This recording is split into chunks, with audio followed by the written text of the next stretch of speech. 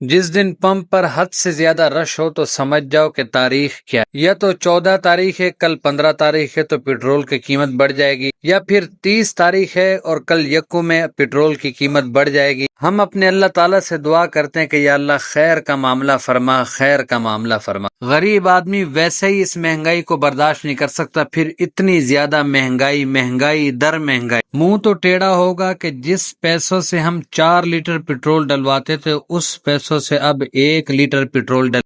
دن جمعرات کا ہو تو رہائشی بچوں کو چھٹی ملتی ہے اور وہ گھروں کا رخ کرتے ہیں۔ اللہ تعالیٰ ہمارے اس بھائی کو عالم بعمل بنا۔ جب پیٹرول مہنگا ہوتا ہے تو ایک غریب آدمی سوچتا ہے کہ شاید اب ہر چیز مہنگی ہو جائے گی، میں نے سوچا یار جو صابن ہفتے بعد خریدنا ہے وہ آج خرید لیں۔ اب تو ایسا زمانہ آ گیا ہے کہ ہر چیز لوگ پیسوں سے ہی دیتے ہیں۔